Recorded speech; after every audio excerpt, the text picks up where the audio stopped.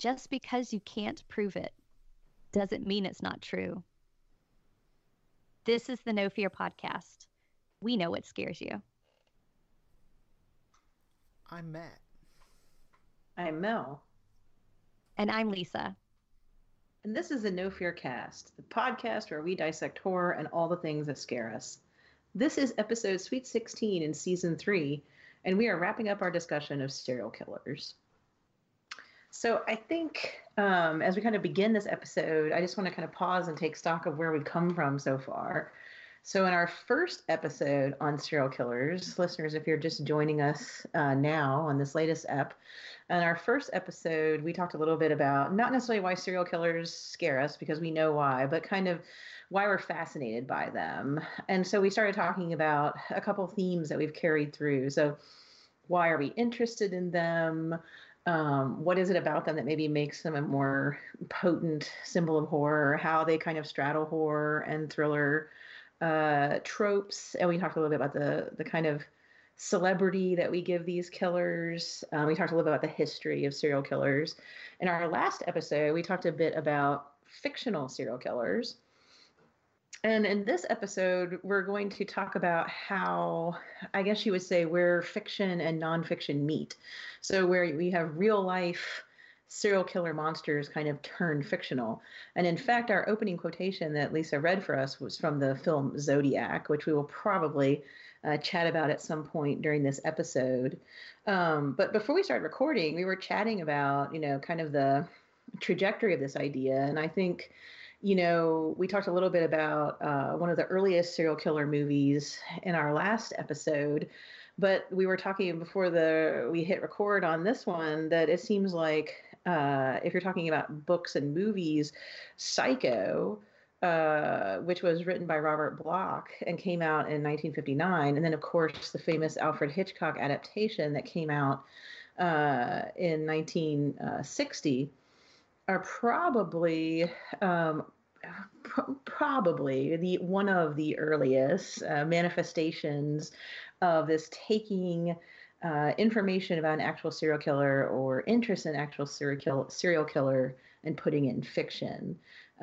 So 2 years before Psycho was first published, the serial killer Ed Gein was arrested for the murders of women. And his brutal murders of these women.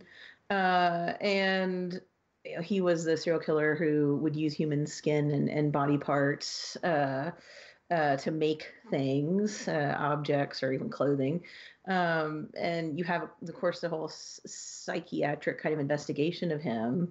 And so apparently this was a little bit of the influence for Robert Bloch's interpretation of Psycho. Now, if you've read the novel Psycho, it focuses a lot on the kind of the psychiatry of this character or the psychology of this character. And then, of course, the movie Psycho is maybe a little bit different in kind of Hitchcock's interpretation or perspective on it. But Lisa, I know you kind of mentioned this as maybe one of these earlier moments where fiction and film kind of move into each other. So I was just wondering if you want to start us off, like talking a little bit about like maybe the importance of Psycho, or the way maybe we might even get into maybe how Psycho influenced stuff to come. Yeah, when we were talking about serial killers, and there's such a common trope in the horror genre, anyway. Yeah, they're just a main staple of, you have kind of a mindless killer who goes after victims, and part of the thrill of watching, a horror movie or reading a horror story is kind of watching the killer stalk and murder the victims. And Ed Gein kind of is an interesting point in the history, I think, of this serial killer genre, because, and we'll talk about him, I guess, a little bit.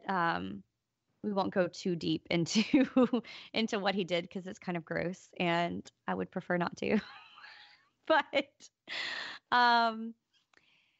he went on to inspire several different ones, but Psycho, as you mentioned, was kind of the first. And I think Psycho is really interesting. Now, I'm talking about the book here. We'll talk about the movie adaptation a little bit too, but in looking at the book, because you have this weird, I think, intersection of what people find fascinating about true crime.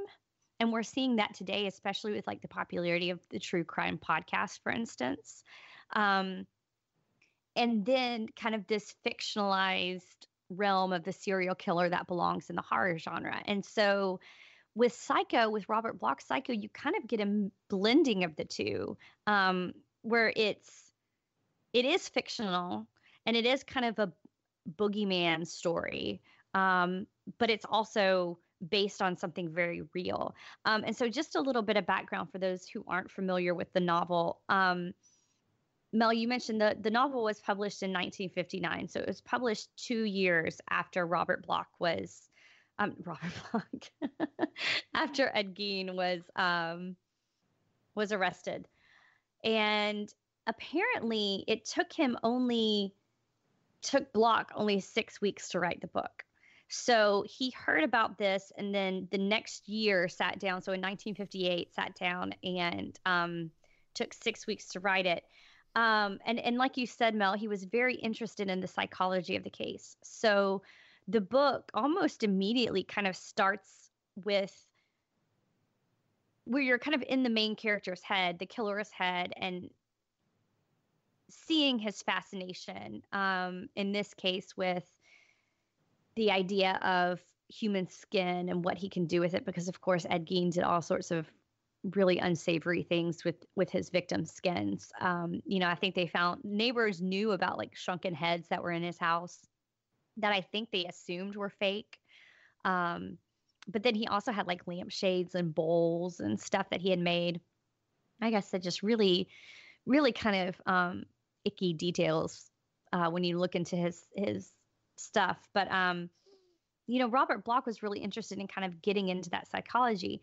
Now Hitchcock did something a little bit different, and of course, when you look, I think, at just the movie version of Psycho, you don't, at least I don't see that much of a comparison between Ed Gein. It's hard to draw that line unless you go through the book, because Hitchcock, of course, wanted a suspense thriller, really, as much as a horror movie. So a lot of that suspense came from the fact that it was a younger looking man, who was cast as it. That was one of the main differences between the book and the movie, because he didn't want it to be as obvious, that, hey, here's this creepy older man who is obviously a creep, and he wanted it to be, okay, no, here's just a younger, unassuming man. And of course, we talked about before about how there's the whole bank robbery plot line, or a heist, or can't remember exactly why she was on the run. Something to do with stolen money. And that was kind of a red herring. You feel like you're watching one movie and then suddenly you end up in this killer's lair. But yeah, I don't know. It's really interesting because I do think that this book was one of the first that kind of melded the fascination with true crime with the fictional aspect. Yes, and it also, one of the things that when you think of the difference between Bloch's novel and Hitchcock's movie is that while both go a little bit into the psychology of Bates's relationship with his mother, or the fact that the mother is the kind of issue here, if I'm right about this, Bloch's novel goes even more into that psychology, where you have meetings between the police and the psychiatrist, and Bates is in a mental institution. And there's also, there's also kind of if I'm remembering right, there's also kind of a twist at the end, right? That plays out kind of after he's been, what's the word I'm looking for? Admitted into this mental institution, which it's been a while since I've seen the movie Psycho, but it seemed like that movie focused more on like the murder and the creepiness of what was going on with his mom in his head, and not necessarily getting into kind of like following up afterward as far as the novel goes. Am I correct about that, Lisa? It seemed like there's more psychology in the novel. Yeah, no, I think there is, because I think the movie only relies on the psychology as far as a twist will allow. So for instance, you see him talking to his mother, or hear him talking to his mother. But you don't realize that that's kind of a voice in his head until the last minute, where all of a sudden it's revealed that she's a corpse, and it's played up for the kind of the shock value of it, and not the psychology. So I think that was Hitchcock, again, making a very stylistic choice because he wanted it to be suspenseful.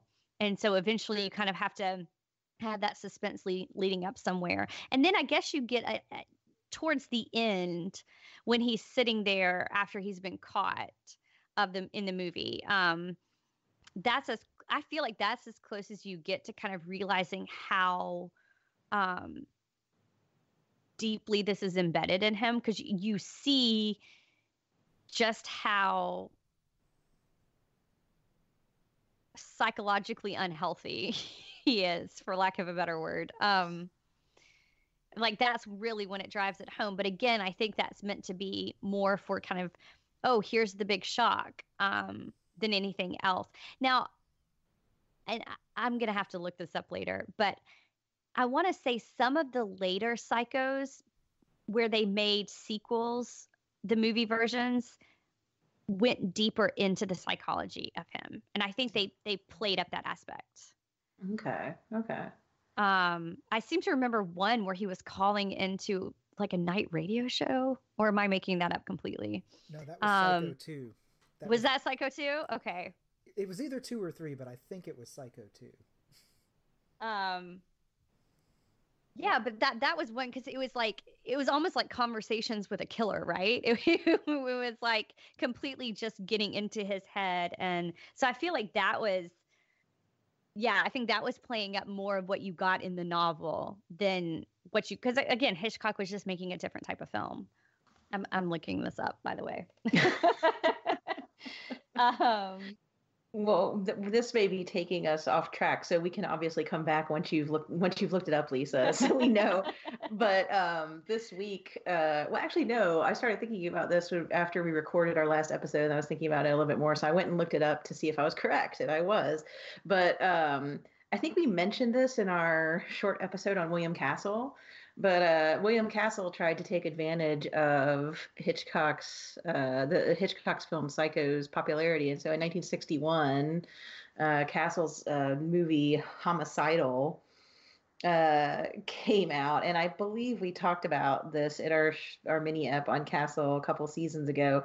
The promotional gimmick in this particular movie was the fright break.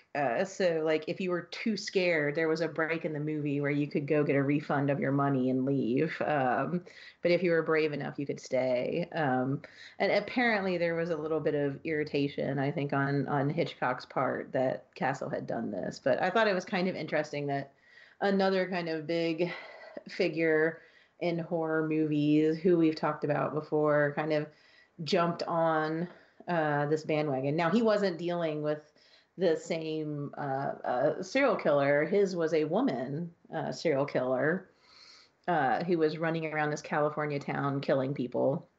So it takes us away a little bit from our topic, but I thought our listeners might be interested in hearing about that little tidbit that Psycho and Homicidal kind of bookended each other.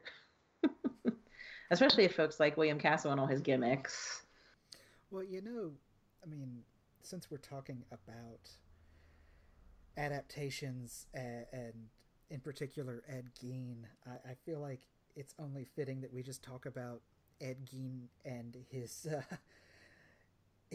history of being adapted, because I mean he may have provided the inspiration for Psycho, especially the Robert Bloch novel, but he was also the inspiration for the Texas Chainsaw Massacre. And if I'm not mistaken, there have actually been attempts to do biopics of him in general. I think there was one that came out in the late 90s, early 2000s maybe, that was just called Ed or Ed Gein, something like that. But it's interesting to me that the things that are based very closely on his life are the ones that don't have much mainstream popularity, because Texas Chainsaw Massacre was not. It was inspired by Ed Gein. It wasn't in any way a biopic. Loosely. Loosely. Much like Psycho, I think there were. It was an influence, but it wasn't a biography or even an attempt at one of Ed Gein. So I find that interesting that of all the serial killers, he's definitely inspired multiple fictional adaptations, and yet none of the ones, at least, that have become popular have ever really dealt directly with him. So, well, and the ones that you mentioned that are fictional, they're so iconic, but there's also, if you put them up next to each other, like you look at Leatherface and then you look at Norman Bates, and they seem so different that it's hard to believe that they're coming from the same source material too. And I guess that's just because different people have taken bits and pieces of the Ed Gein story and adapted them in different ways. I mean, for instance, of course, you've got the use of the skin and kind of making the mask from the skin, which I think they found something like 4 or 5, I want to say, masks of human skin in Ed Gein's house when they raided it. And so you've got that, of course, in Texas Chainsaw Massacre. And you've also got the rural setting, because his took place in where was Ed Gein? Somewhere in the Midwest, but it was a farm, right? It was a Plainsfield, Wisconsin, I think. Wisconsin, yeah. But like a very kind of rural, out in the middle of nowhere farmhouse. At least that's the look you get from the picture. So you can definitely see where they would have gotten that from Texas Chainsaw Massacre, because it's almost the same, even type of house. Just kind of the very unassuming old farmhouse sitting out in the middle of nowhere. So you can see where they pulled that from. And then of course, Buffalo Bill from Silence of the Lambs, and the idea of keeping people to use their skins later. But again, all 3 of them are so different when you look at it. By the way, I'm glad I looked this up, because it was actually Psycho 4. Where he was talking to a radio show. It was just for those. It was Psycho 4: The Beginning, and it was a TV movie that came out in 1990. But it actually starred Anthony Perkins, kind of doing that. But I think that was one of the where he called into a radio talk show host, and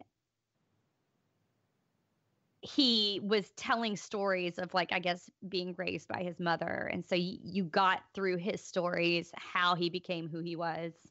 Yeah,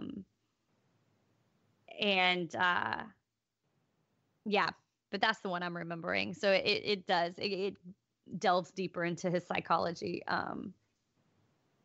Just for those of y'all who are interested. Yeah, I'll be honest. I've only seen the sequels to Psycho like once. There was a marathon on, oh God, I don't even remember what channel it was, but it was sometime when I was in high school. And they did Psycho 1 through 4, and I was like, you know what? I've never seen Psycho 2, 3, or 4. I'm going to watch these. And I watched all 4 of them, and I don't advise it, I'll be honest. No. Especially not back to back. That's a mistake I won't ever repeat. But even in general, just they're not great. They're not, and I think that is a testament to the fact that none of us could remember which one it was. Yeah, they're not. But see, that also kind of speaks to a time when I probably did the same thing, where they had a marathon showing, because I take streaming services for granted now, when you can just go and find almost any movie you want to watch. And before, we had to just wait to see what was shown on TV, or like hope our Blockbuster had it. And I think that's how a lot of us got away with seeing a bunch of really not great horror movies in our youth. Well, and that's the thing is I had enough sense not to actually spend money renting it from Blockbuster because I know my local Blockbuster had all of them, and they were never checked out, and there's definitely a reason for that. But I don't want to spend too much time browbeating the horribleness of the Psycho sequels. But yeah. I was going to say, I'm glad you mentioned Buffalo Bill as another, I get another, I don't know what the word I'm looking for is, but Ed Gein's influence. But I just pulled up the Wikipedia page on him, and down in the popular culture section, I mean, they mention all of this. They mention Psycho and Leatherface and Buffalo Bill. But what's interesting to me is, like I kind of mentioned, is that so there's a movie from 1974 called Deranged that was loosely based on his story, as well as a movie called In the Light of the Moon, but apparently that's the one I was thinking of. It's 2001. It was released in the US just with the title Ed Gein. And then there was another one in 2007, Ed Gein, the Butcher of Plainsfield.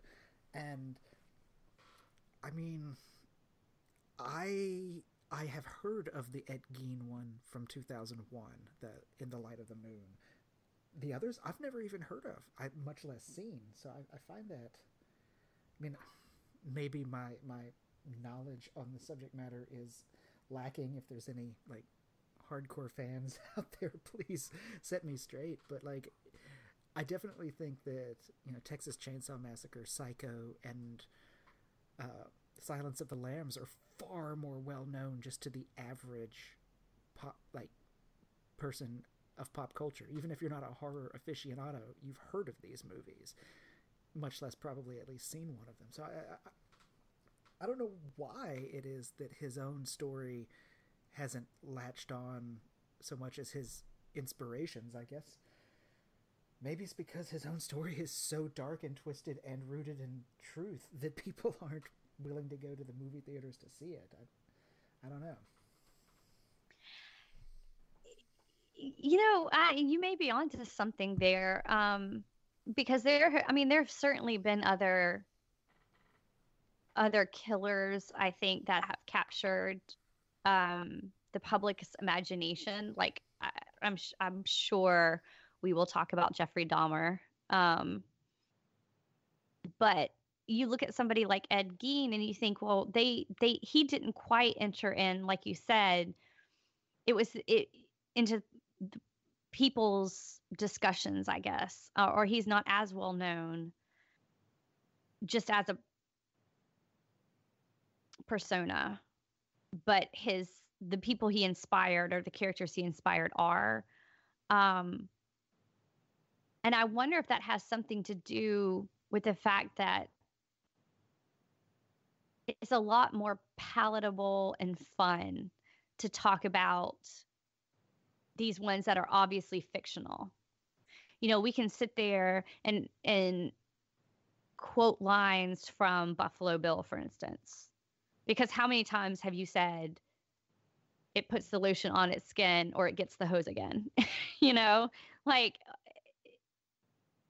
it's fun to engage in that, but then when you start looking into the real details of what Gein did, and I think for most of us it's too much. I mean, at least for me, that's why I said I don't even want to sit here and like go into detail about some of the things that he did or that the police found when they raided his home. You know, it's just it's horrific. But we can revel in like the shower scene of Psycho. You know, we can, you know, like you said, Matt, everybody who, even if they don't like horror movies, if you showed them a still from Psycho, they would know what movie it was from. Or if you asked them about Leatherface, they would be able to tell you it's from Texas Chainsaw Massacre. Or quote a line from Buffalo Bill. Like, it's just that much of a part of our social fabric, which is really interesting when you think about it. And it's a little bit different for some of these later killers, and I don't know why. I mean, I mentioned Jeffrey Dahmer, for instance. And there have been several fictional stories based on him and around him.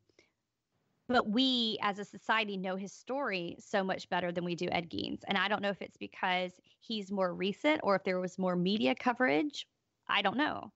Um, his trial was widely televised and widely reported on. And I don't know if it was because Ed Gein is before my time. And I'm sure it made a huge impact in the small town. I'm sure they're probably still talking about it. But I don't feel like it rippled out as much as a news story as some of the more recent killers. Yeah, I definitely think that some of that would have to do with, like you said, the media coverage. Jeffrey Dahmer was, I mean, his trial and everything was in the 90s, and that's a time when we had far more widespread coverage, as well as 24-hour news networks and more sensationalism, and tabloids were much more popular. But I mean, I think the story of each of them, the real life story, is equally disturbing. So, I mean, that's the only thing I can chalk it up to is the coverage. But I mean, I don't know. I think you're onto something too. That well, I mean, we had talked about it in our last episode about the distance that fiction allows us to have with serial killers a little bit. Where I think if the movie or book is too real and based too closely on the truth, and yeah, it's definitely an uncomfortable thing, I think, for most people to read or to watch, because having that lens of fiction gives you that distance to where you can say, oh, okay. I mean, maybe it's inspired by that guy Ed Gein, but I mean, it's still just a movie versus there's a guy that did this, and that's really disturbing. It becomes really difficult, I think, to watch when it is too close to the source material. And maybe, and this is just something I'm thinking about right now, because I think about, well, we're okay with true crime. We're okay with that. But I feel like we're okay with true crime. I mentioned true crime podcasts because I feel like that's kind of the ongoing joke, is if you want your podcast to be successful, just make it about a true crime. And suddenly you'll have millions of listeners because people seem hungry for that. But podcasts are also a very specific type of experience. You're listening to something, and usually there's that disconnect from it because you have a very kind of soothing NPR voice telling you about what happened, and it's different than seeing something on the screen, which I think would evoke a different, almost visceral reaction to watch something versus listening to it. If that kind of makes sense.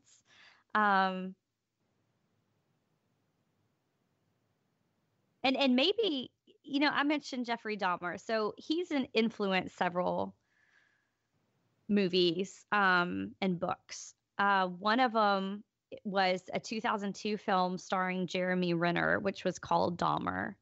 There was a graphic novel that came out. I think that was written by one of his friends, called My Friend Dahmer. I think that was the name of it. And then that was made into a movie.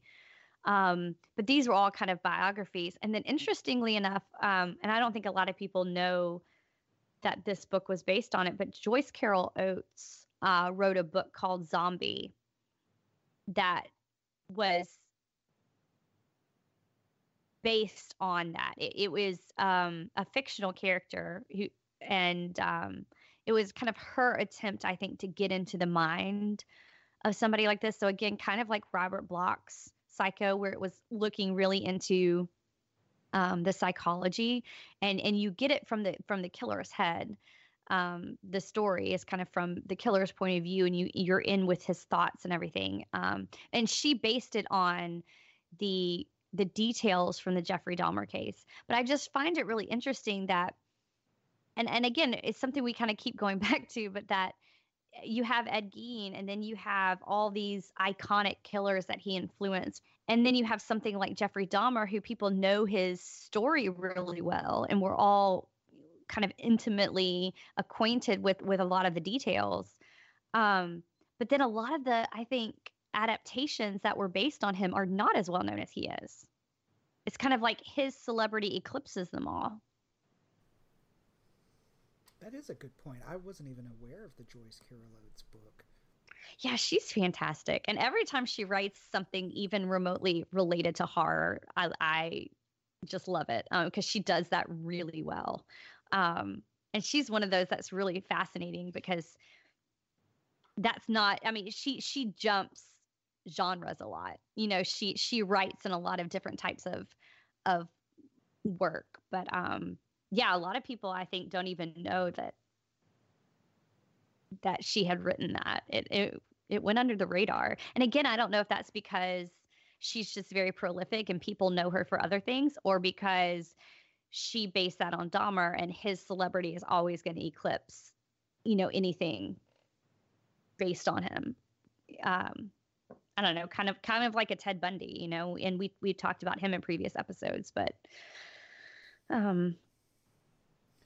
which I'll be honest, and I don't mean for this to like derail too much, but speaking of Ted Bundy, I'm very curious to see this new Zac Efron biopic that's coming out. I'll be honest.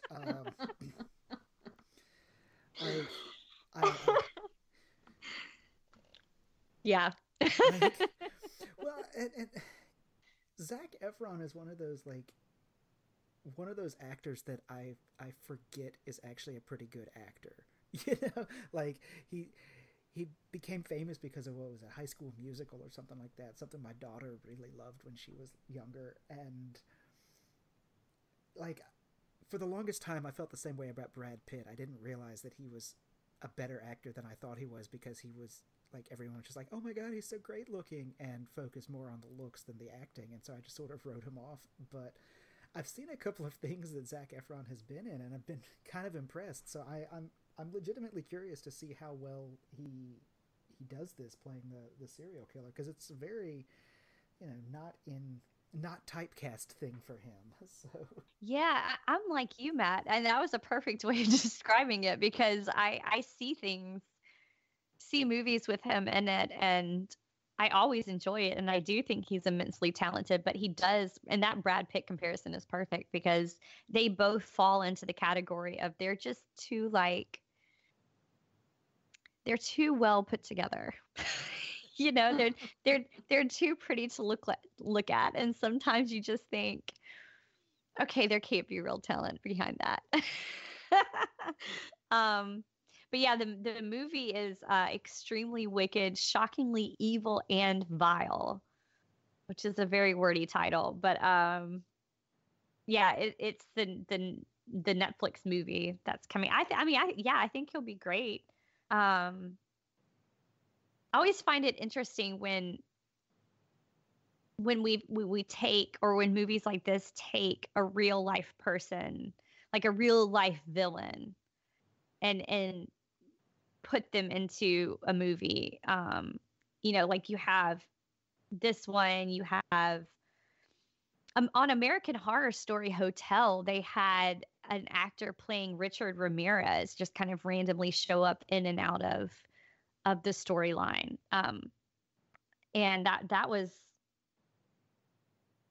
interesting. And then, of course, movies like Summer of Sam and Zodiac, where you had kind of stories built around the kind of crimes and not necessarily about them.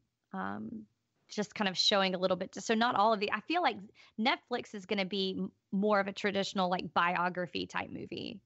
I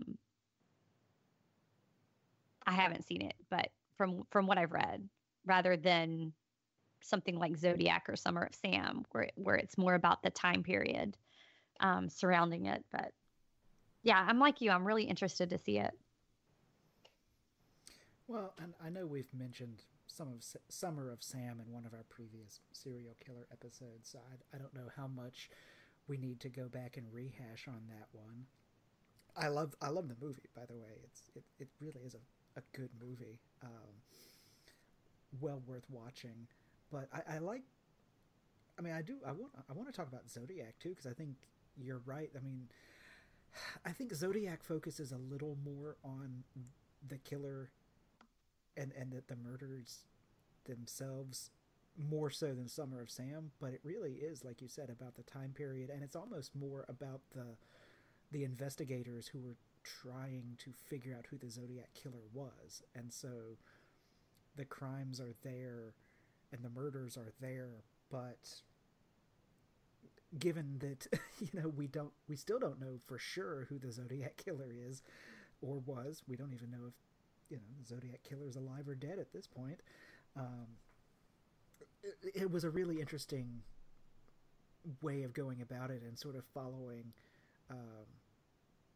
the Mark Ruffalo, Jake Gyllenhaal characters, the investigators, and what the investigation did to them as much as what they found out. Because that, I mean, working on an investigation like that has got to change you as a person, and that was an idea that I was really interested in with that movie. The Zodiac Killer also has the added, like, the communication that they had too, right? With the letters and the puzzles and things like that, which I think, in addition to being unsolved, also makes that one something that people are interested in. So that kind of, like, what's what I'm looking for, like the playing with the police and the media people that particular serial killer went into. Like, Ted Bundy wasn't writing letters about what he was doing to anybody. So I think that adds an extra dimension of interest for people. Right, and as far as I know, and I'm not going to sit here and claim to be, like, the world's foremost expert on serial killers and whatnot, but I know we've talked about last episode with the fictionalized serial killers, about how so many times there's that game of cat and mouse between the serial killer and the detectives, and the Zodiac killer is the only one that I can think of in real life where something like that really happened.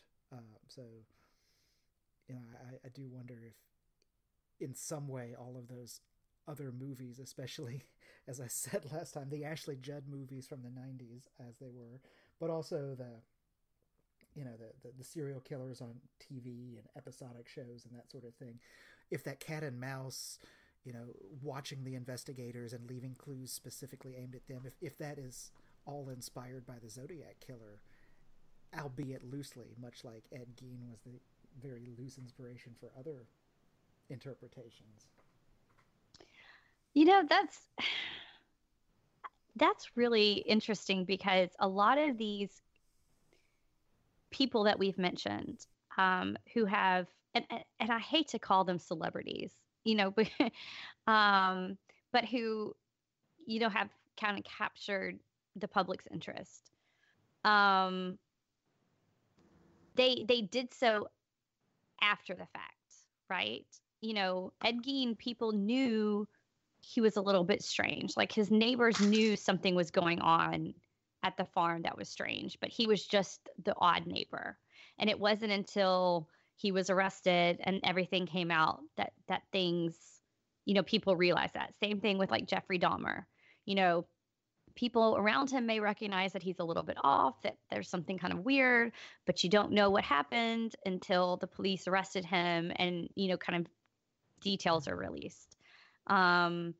Same thing with John Wayne Gacy, which he's another one who I feel like people know, and I'm surprised he hasn't inspired more, honestly. I guess anytime you have kind of the killer clown, that's, that's a direct reference to him. But there haven't really been there was a direct-to-video movie about him, and then, Sufjan Stevens wrote that song, John Wayne Gacy, about him. But all of these, it's like people found out just who they were, and they emerged as characters after they were arrested, right? After the police, even Ted Bundy, it was during his trials when he was, kind of acting wacky in the courts and defending himself. And when his personality was starting to come out, that he entered into the public eye.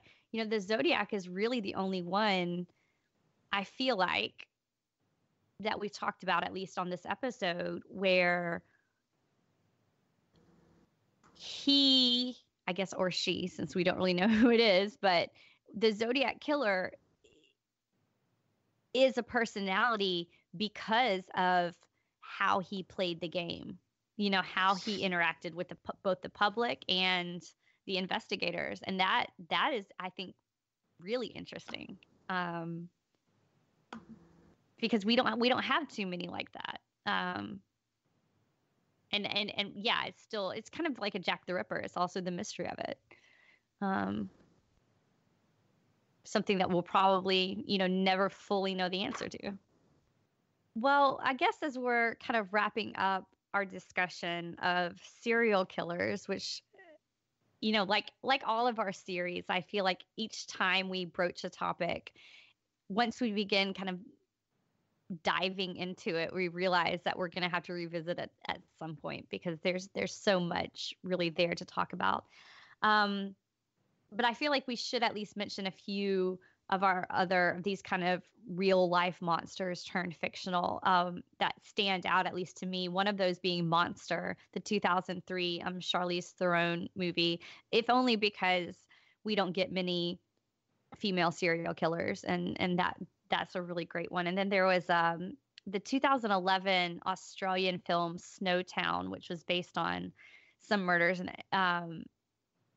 over in Australia, and that's pretty fascinating. The movie was really good, but also going and reading about the kind of crimes behind that is pretty interesting. So if this at all is something that you're interested in, that those may be worth looking into. But I thought what we could do is kind of end this show, or this episode series, with some recommendations for our kind of personal favorite serial killer movies or books or whatever, whether or not they are fictional or inspired by the truth. That would be just kind of fun to throw some of those out there. So I don't know, Matt, do you have any recommendations you'd like to give our listeners?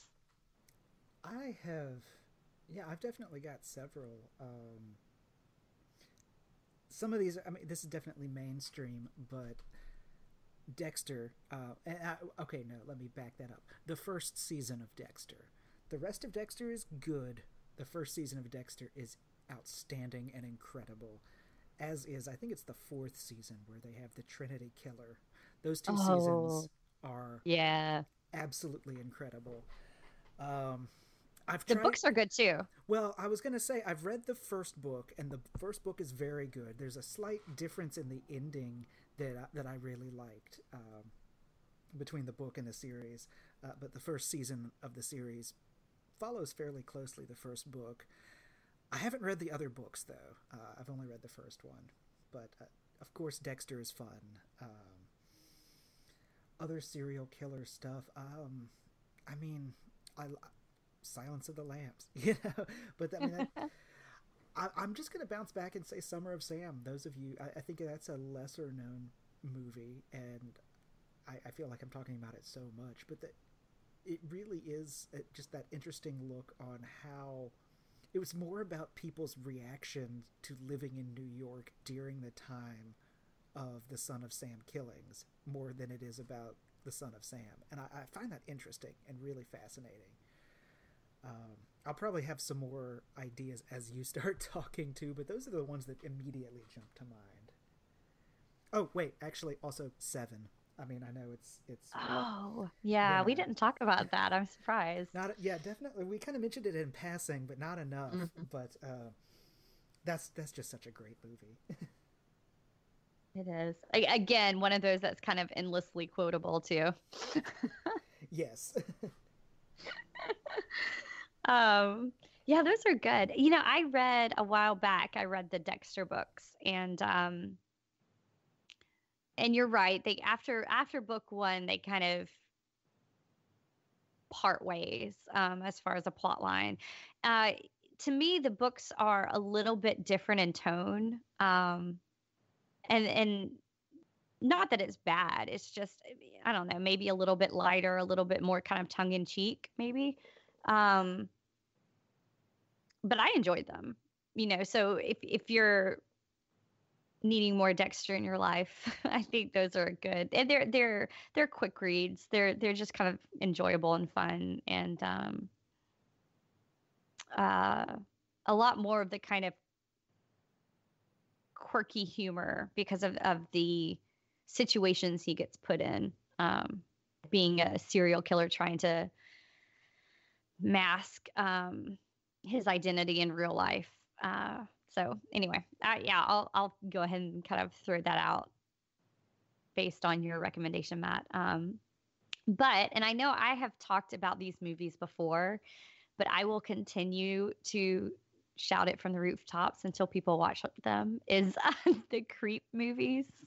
I think you can find them on Netflix. There's Creep and then Creep 2. And they're fun. They're everything I kind of want in a movie. It's a little bit, it's not quite found footage. It's more of, but you get that kind of intimate, like one of the characters is a filmmaker. And so you get that kind of bird's eye view, I guess, of, somebody who's in the room, and that's kind of fun. And it's just weird. There's a lot of weirdness, and I appreciate that. So I will recommend Creep, and one that I haven't seen in forever, and for some reason I thought of the other day. But do y'all remember that movie Serial Mom? Yes. Because I feel like that needs to be thrown out.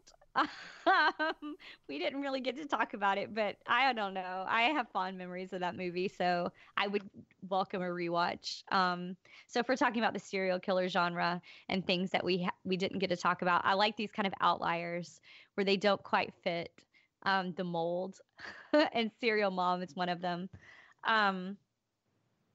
And I guess if I'm going to throw in one more, because I do want to throw in a book. I already mentioned Joyce Carol Oates' Zombie. So I will instead mention there's a graphic novel series called Nailbiter, which is about, the best way I can describe it is it's about kind of a town that has more than the average number of serial killers that have come from there. And that's the basic premise, is that an abnormal number of serial killers were like born in this one town. And the title comes from one of the main characters, who is one of the serial killers, and he got the nickname Nailbiter for his penchant for biting his victims' nails. So it's I don't know. It's just, I enjoyed it. I enjoyed that series. So if graphic novels if you're interested in them at all, I really like to read horror graphic novels, and I don't know, I really liked Nailbiter, so I will throw that one out there too. And like I said, I had some more ideas as you were talking, so I don't want to be like, share away. I have to get the last word, but I do want to throw back to our previous episode and mention The Devil in the White City. Again, if you haven't read oh that yes one, yeah, absolutely worth reading. I mean, it's technically a history book, but it really reads like it reads like the plot of a novel, even though it's all based on true events. But also of the more recent one, I'll Be Gone in the Dark, which I think came out, it was finally published, I think, last year by Michelle McNamara. Right. If the name sounds familiar, but you can't remember who she is, I mean, I hate to just juxtapose her based on who she was married to, because was a phenomenal researcher and journalist on her own, but she was Patton Oswalt's wife who passed away a few years ago. And so she was working on this book when she died, and so that's why the last little bits of it were sort of put together posthumously. But it is fantastic book, fantastic, and really gives some insight into this case that actually ended up being solved partly based on the research that she was doing, and I mean, that helped lead to the capture of the man who they believe is the Golden State Killer. So it's definitely well worth the read.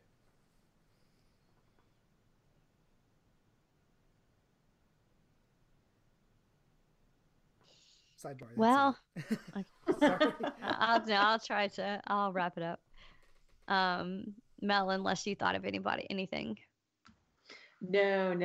When Matt said Devil in the White City, I was like, yes, that's something I could have recommended, but it totally slipped my mind.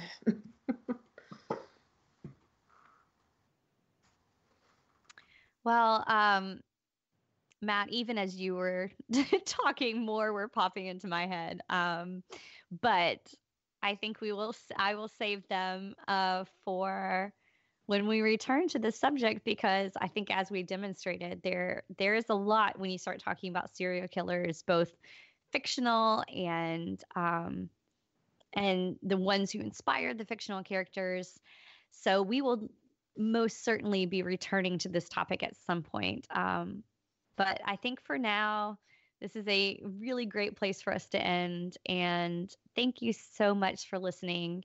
If you think of any great recommendations, please let us know. We would love to hear from our listeners. So find us on social media or send us an email.